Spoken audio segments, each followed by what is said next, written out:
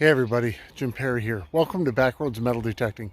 So I am back on the site of the 1870 farm with Pat and Pam from Twin Diggers, Minnesota.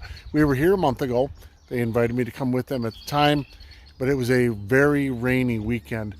Not a whole lot warmer this weekend, but definitely not nearly as wet. So they are planning on doing some bottle digging here. They've already scoped out a couple of spots where they believe there was garbage dumped to see if they might be able to find any bottles.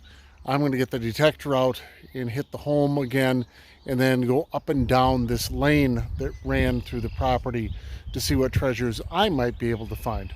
So we'll get the detector out and get started here. We'll let you know what we find.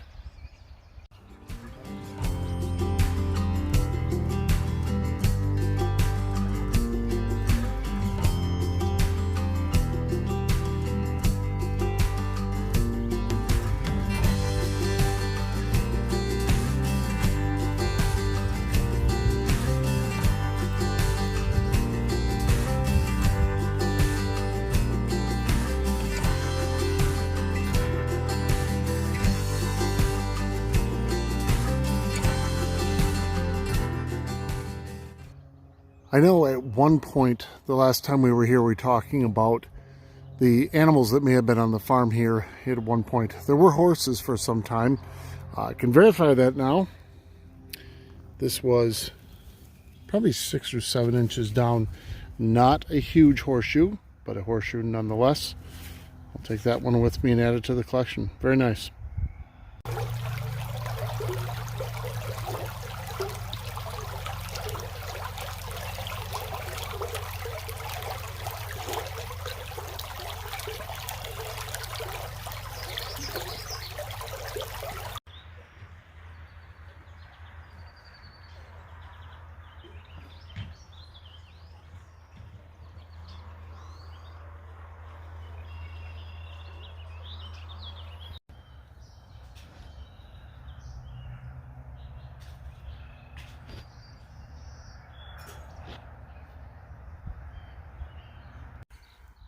So Pat and Pam are looking for their treasures. They're actually probing a couple of spots that they believe bottles were dumped here long ago to see what they might be able to dig up. I have got my Simplex out and the SP24 smaller coil on it to hit some of the areas that I hit with the XP the last time we were here. Right in front of the home, again, lots of ammunition bullets here.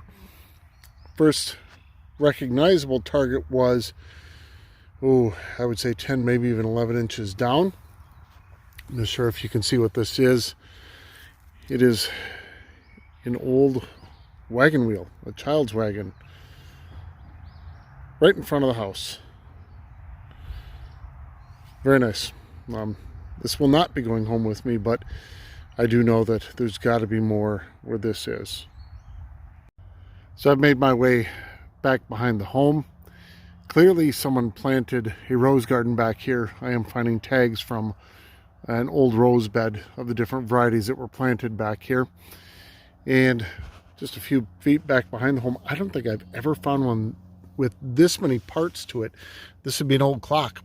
Lots of it still together. This was quite a ways down. Probably could be nearly a foot down.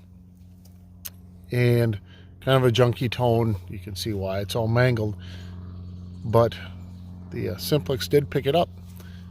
So this also will not really be added to a collection, but I do tend to find lots of gears to old clocks. I'm curious if they get broken and just get tossed out the back of the home, or if they're broken because someone got mad at it for not working correctly and threw it out a window from upstairs and it got broken that way. Either way, it is from the time period.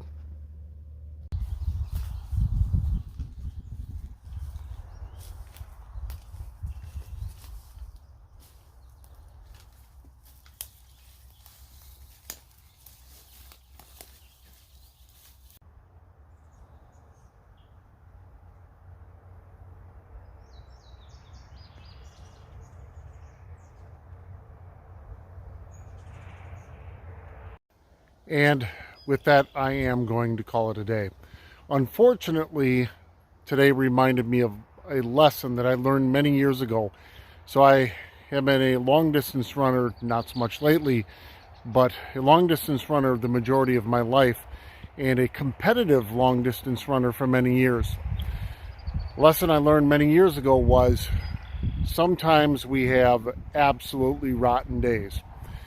And I used to hate rotten days, but there is a positive to rotten days. After a rotten day, the next day is always better. So I've got a better day to look forward to, maybe even as early as tomorrow.